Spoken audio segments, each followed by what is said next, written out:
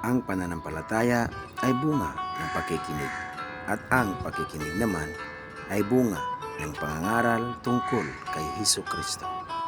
Ikalimang kabanata ng Marcos. Ang pagpapagaling sa Gerisanong sinasapian ng masasamang espiritu. Si Hesus at ang kanyang mga alagad ay dumating sa kabilang ibayo sa lupain ng mga Gerisano. Pagkababa ni Hesus sa bangka, siya ay sinalubong ng isang lalaking sinasapian ng masamang espiritu.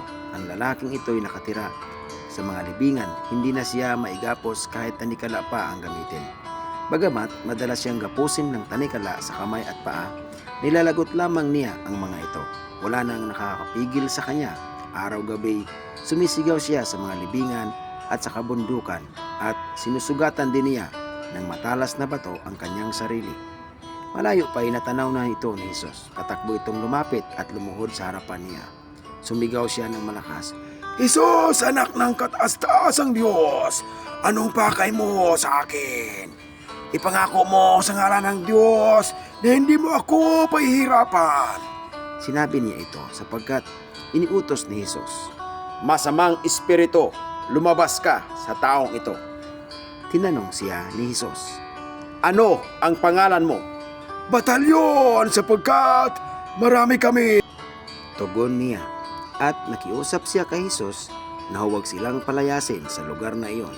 Samantala, sa libis ng bundok ay may malaking kawan ng mga baboy na nagsisikain. Nagmakaawa kay Hesus ang masasamang espiritu. "Papasukin mo na lamang kami sa mga baboy!" Pinahintulutan niya sila kaya't lumabas nga sa lalaki ang masasamang espiritu at pumasok sa mga baboy. Ang kawan na may 2,000 ay nagtakbuhan sa gilid ng matarik na bangin hanggang sa nahulog ang mga ito sa lawa at nalunod.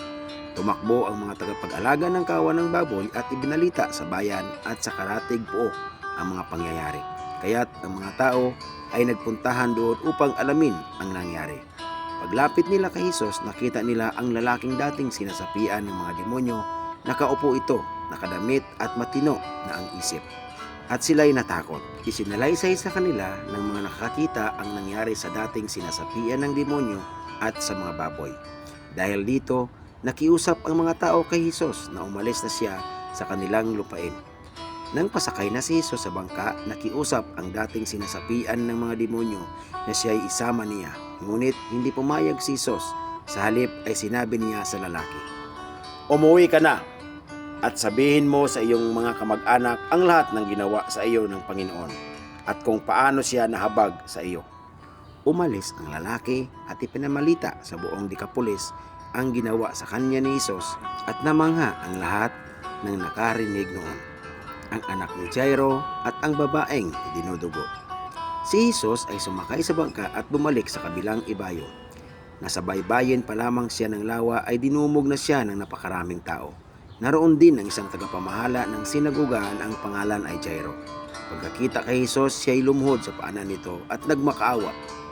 "Nag-aagaw buhay po ang anak kong dalagita. Maawa po kayo. Sumama kayo sa akin at ipatong ninyo sa kanya ang inyong kamay upang siya'y gumaling at mabuhay." Sumama naman si Hesus, ngunit sumunod din sa kanya ang napakaraming tao kaya't halos maipit na siya. Kasama rin doon ang isang babaeng 12 taon nang dinudugo.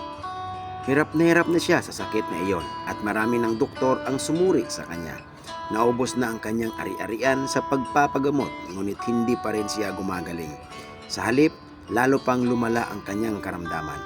Nabalitaan niya ang tungkol kay Hesus kaya't nakipagsiksikan siya hanggang sa makalapit sa likuran ni Hesus at hinipo ang damit nito. Sapagkat inisip niyang, "Mahipo ko lang ang kanyang damit, gagaling na ako." Agad ngang tumigil ang kanyang pagdurugo at naramdaman niyang magaling na siya. Naramdaman agad ni Hesus na may kapangyarihang lumabas sa kanya kaya't bumaling siya sa mga tao at nagtanong, "Sino ang umipo sa aking damit?" Sumagot ang kanyang mga alagad, "Nakikita po ninyong napakaraming nagsisiksikan sa paligid ninyo. Bakit pa ninyo tinatanong kung sino ang humipo sa damit ninyo?" Subalit, lumingon-lingon si Hesus upang tingnan kung sino ang humipo sa damit niya. Palibhasa ay alam ng babae ang nangyari. Siya ay nanginginig sa takot na lumapit kay Hesus, nagpatira pa at ipinagtapat ang buong katotohanan. Subalit sinabi sa kanya ni Hesus, "Anak, pinagaling ka ng iyong pananampalataya. Umuwi ka na at ipanatag mo ang iyong kalooban. Ikaw ay magaling na." Habang nagsasalita pa si Hesus, may ilang taong dumating mula sa bahay ni Jairo. Patay na po ang iyong anak. Huwag na po ninyong abalahin ang guro. Sabi nila. Ngunit nang marinig ito ni Hesus, sinabi niya kay Jairo, "Huwag kang matakot, manampalataya ka lamang." At hindi pinayagan ni Hesus na sumama sa kanya ang mga tao maliban kina Pedro at ang magkapatid na Santiago at Juan. Nang dumating sila sa bahay ni Jairo, nakita ni Hesus na nagkakagulo ang mga tao at may mga nag-iiyakan at nananaghoy. Pagpasok niya ay kanyang sinabi, "Bakit kayo nagkakagulo at nag-iiyakan? Hindi patay ang bata, siya'y natutulog lamang." Dahil sa sinabi niya, pinagtawanan siya ng mga tao. Subalit, pinalabas niya ang lahat maliban sa 3 alagad at sa mga magulang ng bata.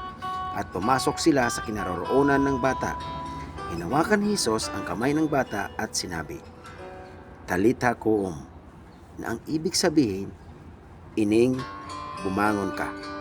Noon din, umangon ang bata at lumakad, at labis na namangha ang lahat. Ang batang ito ay 12 taong gulang na. Mahigpit na ipinagbili ni Hesus na huwag nilang sasabihin kanino man ang nangyari. Pagkatapos, iniutos niyang bigyan ng makakain ang bata.